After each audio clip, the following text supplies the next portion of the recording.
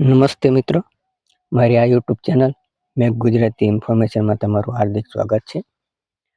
દીકરી એટલે વાલનો દરિયો. દેશની દીકરીઓ આજે દરેક ક્ષેત્રમાં આગળ વધી પોતાનું અને દેશનું નામ રોશન કરી રહી છે. ત્યારે સમાજમાં દીકરીના જન્મને પ્રોત્સાહન આપવા તથા સ્ત્રી ભ્રૂણ હત્યા અટકાવવા માટે વર્ષ 2019થી ગુજરાતમાં વહાલી દીકરી યોજના અમલી બનાવે છે. આ યોજના મહિલા અને બાળ વિકાસ વિભાગ ગુજરાત સરકાર દ્વારા ચલાવવામાં આવે છે. તો આપણે આ વિડીયો દ્વારા વહાલી દીકરી યોજના દ્વારા લાયકાત, મળવાપત્ર, સહાય અને જરૂરી દસ્તાવેજની માહિતી મેળવીશું. તો વિડીયો અંત સુધી જોવા વિનંતી અને ચેનલમાં નવા હોય તો ચેનલને સબસ્ક્રાઈબ કરી બાજુનો બેલ આઇકોન દબાવી દેવા. તો વિડીયોની શરૂઆત કરીએ. 1. વહાલી દીકરી યોજનાનો મુખ્ય ઉદ્દેશ્ય: દીકરીનો જન્મદર વધારો કરવા, દીકરીના શિક્ષણને ઉત્તેજન આપવું, બાળ લગ્ન થતા અટકાવવા. 2. લાભ મેળવવા માટે લાયકાત: લાભાર્થી દીકરી ગુજરાતની નાગરિક હોવી જોઈએ. દીકરીનો જન્મ 2/8/2019 પછી થયેલો હોવો જોઈએ. દંપતીના પ્રથમ 3 સંતાનો પૈકી તમામ દીકરીને યોજનાનો લાભ મળશે. માતા પિતાની સંયુક્ત વાર્ષિક આવક 2 લાખ કે તેથી ઓછી હોવી જોઈએ તેમને લાભ મળશે.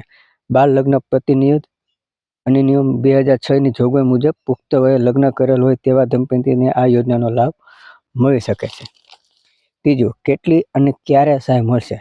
વહાલી દીકરી યોજના હેઠળ કુલ 3 હપ્તામાં લાભ મળે છે. લાભાર્થી દીકરીને 3 હપ્તામાં 1,10,000 સહાય આપવામાં આવે છે. પ્રથમ હપ્તો: લાભાર્થી દીકરી પ્રથમ ધોરણમાં પ્રવેશ વખતે 4,000 સહાય મળવાપાત્ર છે. બીજો હપ્તો: લાભાર્થી દીકરી ધોરણ 9માં પ્રવેશે ત્યારે 6,000 સહાય મળવાપાત્ર છે. ત્રીજો હપ્તો: દીકરી 18 વર્ષની ઉંમર થાય ત્યારે તેને ઉચ્ચ શિક્ષણ અથવા લગ્ન સહાય તરીકે રૂપિયા 1 લાખ સહાય મળવાપાત્ર છે. યોજના મેળવવા માટે જરૂરી દસ્તાવેજો: દીકરીનું આધાર કાર્ડ, દીકરીનું જન્મ પ્રમાણપત્ર, માતા પિતા બંનેનું આધાર કાર્ડ, આવકનો દાખલો, દીકરીના માતા પિતાના લગ્નનું પ્રમાણપત્ર, સહઘોષણાનો નમૂનો, રેશન કાર્ડની નકલ, બેંક પાસબુકની નકલ, માતા પિતાના બંનેમાં કોઈ એકની. વહાલી દીકરી યોજના સોગંદનામું રદ કરાયું: ગુજરાત સરકાર દ્વારા સોગંદનામું બાબતે નવી જોગવાઈ કરેલ છે, જેને ધ્યાનમાં રાખીને મહિલા અને બાળ વિકાસ વિભાગ દ્વારા વહાલી દીકરી યોજના સોગંદનામું રદ કરવામાં આવ્યું છે અને સ્વઘોષણા પ્રક્રિયા દાખલ કરવામાં આવી છે. અરજી કેવી રીતે કરવી? ગ્રામ્ય સ્તરે ગ્રામ પંચાયત કચેરી, આંગણવાડી કેન્દ્ર અથવા વિસીઓ મારફત. તાલુકા સ્તરે તાલુકા મામલતદાર કચેરી અને જન સેવા ઓપરેટર.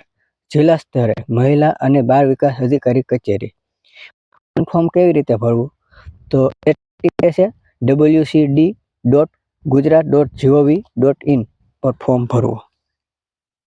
જો વિડીયો ગમ્યો હોય તો વિડીયો લાઈક કરો, શેર કરો, કોમેન્ટ કરો અને સબસ્ક્રાઈબ કરો.